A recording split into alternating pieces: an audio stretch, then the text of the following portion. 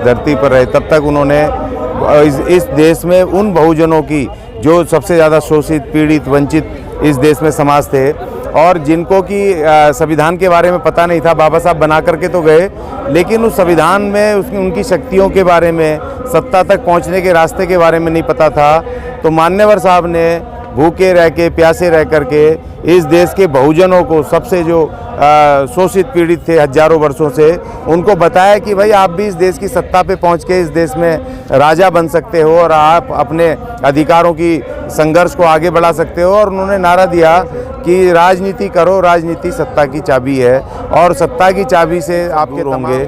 तो मान्यवर काशीराम जी का कारवां आज एक विशाल, एक हिमालय पर्वत की भांति खड़ा है। बस उसमें जो पीछे कुछ त्रुटियां आई, कुछ बिखराव हुए, अब उन बिखरावों को पीछे छोड़ते हुए सब एकताबद्ध होकर के 2024 की तरफ बढ़ना है। और जो मान्यवर साहब का जो अपना एक महान, जो उनका सपना अधूरा रह गया भारत की राज सत्ता पे अपना प्रधानमंत्री, दलित प्रधानमंत्री, उस सपने को हम सबको मिलकर के पूरा करना है और 2024 में बहन मायावती जी को प्रधानमंत्री बनाना। लेकिन राजनीतिक कारवां क्या लगता है रुकता जा रहा है? देखिए वो तो प्रोसेस है, वो तो पॉलिटिक्स का, संगठन का, वो तो एक प्राकृतिक एक नियम है कि जब तमाम लोग खड़े होते हैं, परिवार भी बढ़ता है, तो उसमें भी एकता नहीं रहती है, वो भी किसी ना किसी छोटे छोटे मुद्दों पे बिखर जाते हैं। लेकिन जब दुख मुसीबत आती है तो तमाम, चाहे भले ही अलग अलग रहते हों, लेकिन वो इकट्ठे हो जाते हैं। तो इसीलिए हमें उस दलित, उस मूवमेंट को मान्यवर, क्योंकि है सारी मूवमेंट मान्यवर काशीराम जी की, तो उस मूवमेंट को हमने बात करके 2024 से पहले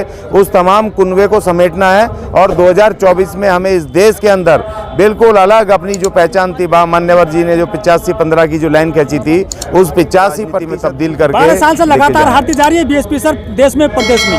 देखिए वो वोट के हिसाब से, वो राजनीतिक तरीके से हारना, वो एक अलग होता है वोट के हिसाब से। लेकिन राजनीतिक रूप से जो संघर्ष है वो लगातार जारी है। जो सड़कों पे, जो जमीन पर जो लड़ाई वो शुरू हुई थी, वो लड़ाई लगातार जारी है। और वोट के हिसाब से वोट तो मैनेज भी होता है, प्रशासन उनके पास है, धन बल उनके पास है और उनके पास बहुत सारे ऐसे भावनात्मक हिंदू राष्ट्र के मुद्दे, मंदिरों के, मस्जिदों के मुद्दे, हम उनकी काट करने में थोड़े से नाकाम रहे, बस इतना ही है। लेकिन मूवमेंट लगातार जारी है। जिन मुद्दों को लेकर चलती थी वो फेल हो चुके हैं, वो मुद्दे नहीं, फेल नहीं हुए हैं। उन मुद्दों को ताकत से आवाज देने की जरूरत है जो नहीं हो पा रहा है। और वो मुद्दे तो बिल्कुल ज्यों के तो हैं और बिल्कुल वैसे ही खड़े हुए हैं। और जो मिशन था बिल्कुल मिलेगा, उन्हीं पर वोट मिलेगा, दूसरा कोई मुद्दा नहीं है। मुद्दे वही हैं, हमारे जो संवैधानिक अधिकार के मुद्दे हैं, हमारे जो इस देश में मनुष्य मानने के मुद्दे हैं, जातिवाद का मुद्दा है और ये तमाम मुद्दे हैं, भेदभाव के मुद्दे हैं। ये मुद्दे तो ज्यों के त्यों खड़े हैं ना। आप ही देखो ना,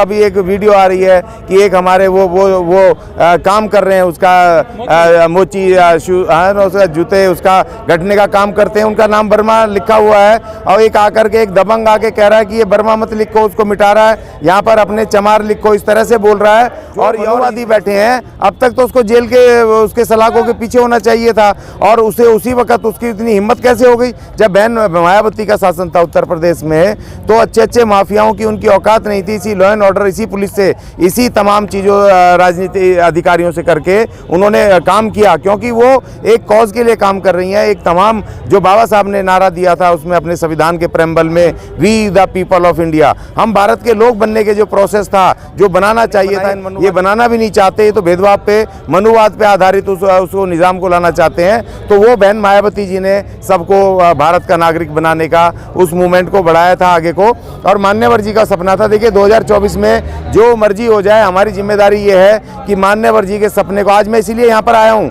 यहाँ पर प्रेरणा स्थल पे इसीलिए आए कि हम आज शपथ लेंगे यहाँ पर कि हम किसी भी हालत में 2024 में मान्यवर साहब का सपना पूरा करना। बहन मायावती जी, इस देश में दलित प्रधानमंत्री हो, मान्यवर काशीराम जी का महान सपना, उस सपने को आज शपथ के रूप में तब्दील करके हमें बहन जी को प्रधानमंत्री बनाने की दिशा में आगे काम करना है। सीएम तो बन नहीं पाई बहन जी, कहाँ की नाप रहे हो आप भी?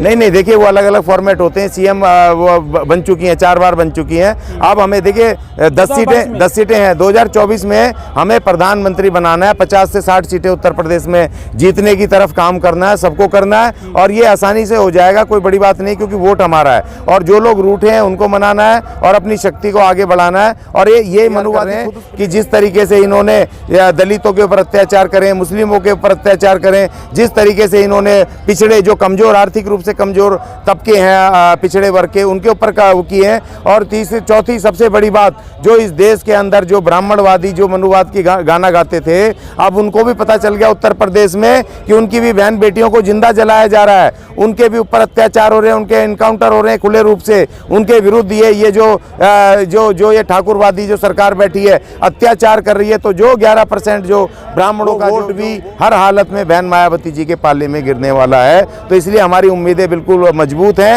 और बना रहे हैं वो हिंदू राष्ट्र फेल हो गया, हिंदू राष्ट्र का कोई मतलब नहीं है, क्योंकि आज हम तमाम बहुजन जो 85% है वो बड़ी संख्या में जागरूक हैं। परसों में बागपत में था, गुर्जर समाज की बड़ी मीटिंग में, वहाँ पर उन्होंने हिंदू राष्ट्र के विरुद्ध शपथ खाई, संविधान को बचाने की शपथ ली। उन्होंने कहा हम हिंदू राष्ट्र के विरुद्ध हैं, हम अपने महान संविधान को, भारत राष्ट्र को ही हम शक्ति देंगे। तो इसलिए तमाम तबके SC ST OBC के खड़े हो रहे हैं और ये सपना मान्यवर कांशीराम जी का बहुत जल्द 2024 मुझे बताओ ना, एक आदमी आकर के वो अपने मोची को उनके वर्मा लिखा, उसको आके कह रहा खुले रूप से कि भाई तुम इसको हटाओ, चमार लिखो, तो दिक्कत नहीं है क्या? जब भारत का संविधान लागू है और उस संविधान लागू होने के बावजूद भी ये मनुवादी सत्ता पर है, उसको लागू नहीं कर रहे हैं, तो अगर उसके बावजूद ये हालत है, तो अगर मनुवाद लागू हो गया तब तो हम दोबारा से चमार और हम वही बन जाएंगे जिन जातियों में इन्होंने किया है। तब तो ये खुले रूप से बना देंगे और खुले रूप से जो हमारी शक्ति है, जो हमारे इंजीनियर हैं, जो डॉक्टर हैं, जो हमारे IAS हैं, IPS हैं, जो वहाँ पहुँचे हैं राजनीतिक शक्ति से,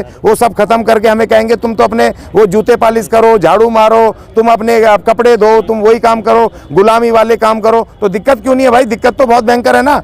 और दिक्कत इसी दिक्कत को लेकर अब इनसे पूछे सवाल उल्टा कि भैया तुम्हें ये भीमराज से क्या दिक्कत है, ये भारत के महान संविधान से क्या दिक्कत है? क्योंकि उसमें लिखा है ना, बाबा साहब ने लिखा है जो 4 पिलर हैं, जो उसमें गारंटी दी है, सबको बराबर न्याय, सबको बराबर आजादी, सबको समानता, बंधुता, इन चारों चीजों की गारंटी दी एक नागरिक को, तो उनको उससे दिक्कत है। और बाबा साहब ने इन्होंने जो कहा था, इनके मनुस्मृति को लिखने उसको आगे बढ़ाने वाले जो इनके रामचरितमानस के जो उनके लेखक हैं, उन्होंने लिखा है अपने उसमें ढोल गवार शूद्र पशु नारी सब है सकल ताड़ना के अधिकारी। तो उसको बाबा साहब ने 26 जनवरी 1950 को लिखकर पशु नारी सब है मानवीय और संवैधानिक अधिकारों के अधिकारी। तो इस बात से इनको क्या दिक्कत है कि उनको तमाम अधिकार मिले, एक नागरिक को बराबरी का जीवन जिए और जिसकी जो योग्यता है उस आधार पर वो जाकर के वो IAS बने, IPS बने, प्रधानमंत्री बने, मुख्यमंत्री बने, मंत्री बने।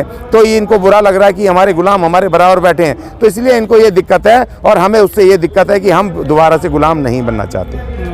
सत्ता में आएगी लग रहा है कि 2024 में BSP 100% देखिए, कांग्रेस और ये तमाम चीजें लगा करके, चाहे वहाँ पर नीतीश कुमार हो, बिहार का हो, महाराष्ट्र का, देखिए महाराष्ट्र और उत्तर प्रदेश, इनसे सरकारें बनती है जो बड़े राज्य हैं। 48 सीटें महाराष्ट्र में और 80 सीटें उत्तर प्रदेश में, इन बड़े राज्यों से। और महाराष्ट्र में आपको पता है 27 साल पुरानी उनकी सीट, उनकी जो तिलक के परिवार की बहू को हराया, जो तिलक ऐतिहासिक जो इनके महानायक थे, ब्राह्मण महानायक के, वो वहाँ पर वो गठबंधन जीता है। वहाँ पर वो उद्धव ठाकरे और वो तमाम कांग्रेस और वो गठबंधन जीता है, बहुजन विकास अघाड़ी। तो इनको अब चुनौती मिल गई है, इसी तरह उत्तर प्रदेश में हारने वाले हैं और ये दोनों स्टेट इनकी कवर खोद देंगे। और तीसरा बिहार वोट मिलता है, अब नहीं मिलेगा। हमारे लोगों को पता है अब नहीं मिलेगा, मंदिरों से हमें कुछ नहीं मिला, ना पहले मिला ना आज मिला। इन भगवानों ने, इनके भगवानों ने हमें कुछ नहीं दिया। हमारे महानायकों ने, बाबा साहब अम्बेडकर ने, मान्यवर कांशीराम जी ने, फूले साहब ने, सावित्रीबाई फूले ने,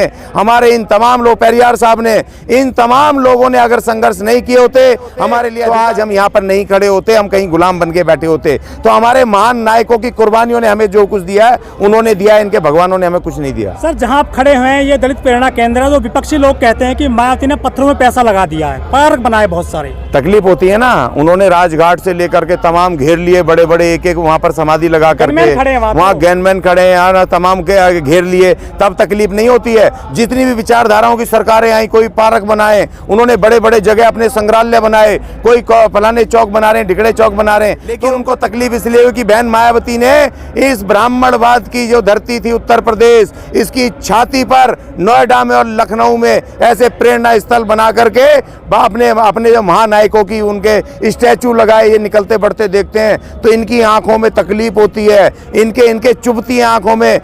जो मान्यवर हमारे जो इतने ये तमाम लोग खड़े, हमारे हाथी को देख करके इनको तकलीफ होती है। तो इसीलिए ये प्रेरणा स्थल जो बनाए वो महान ऐतिहासिक धरोहर हैं। इन धरोहरों को ये हमारे नौजवान, हमारा इस देश दुनिया याद रखेगा। बहन मायावती जी को धन्यवाद कि उन्होंने इस तरह के काम किए, ये बनाए, और बहन दोबारा आएंगी तो और भी बनेंगे, बहुत सारे बनेंगे। यहाँ से चंद कदम की दूरी पर फिल्म सिटी है, जहाँ से दुनिया भर की खबरें संचालित की जाती हैं। कोई मीडिया कवर करने नहीं आता आपका प्रोग्राम? वो सारे ब्राह्मण मनुवादी हैं ना, उनमें उनके एंकर वही ब्राह्मणवादी, उनके वो मनुवादी सारे बने हुए हैं।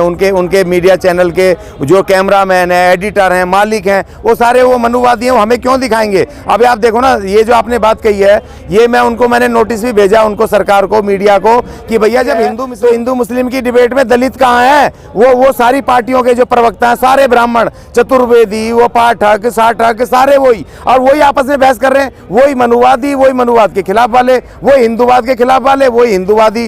तो इसीलिए हम कहाँ हैं? हम तो हिंदू नहीं है। तो हमारे 35 करोड़ लोग, 22.5% लोग जो तुमने तय किया, वैसे 30% है। हमारा प्रतिनिधि कहाँ है तुम्हारे डिबेट चैनल बैठने वाला, ये कहने वाला कि ना हम हिंदू हैं ना हम मुस्लिम हैं, हम इस देश के मूल निवासी हैं, SC ST हैं, हम मान्यवर कांसीराम जी और बाबा साहब की औलाद हैं। हम तुम्हारे नहीं है, हमारा हिस्सा भी है इस देश में। तो हमारे तीसरे पक्ष को छुपाते हैं। हम ना हिंदू है ना मुस्लिम है, तो हमारा प्रवक्ता क्यों नहीं है? तो इसलिए तमाम उनके टीवी चैनलों के मालिक, इनके मनुवादी, पूंजीवादी, उनके एंकर से लेके कर्मचारी सब वही। तो इसलिए हमें क्यों दिखाएंगे? हमें तो आप लोग दिखाओगे। जो ये बहुजन चैनल है, उनका धन्यवाद है, जो पूरे देश दुनिया में महान मूवमेंट को चला रहे हैं। मैं इस मौके पे सबको धन्यवाद अदा करता हूँ।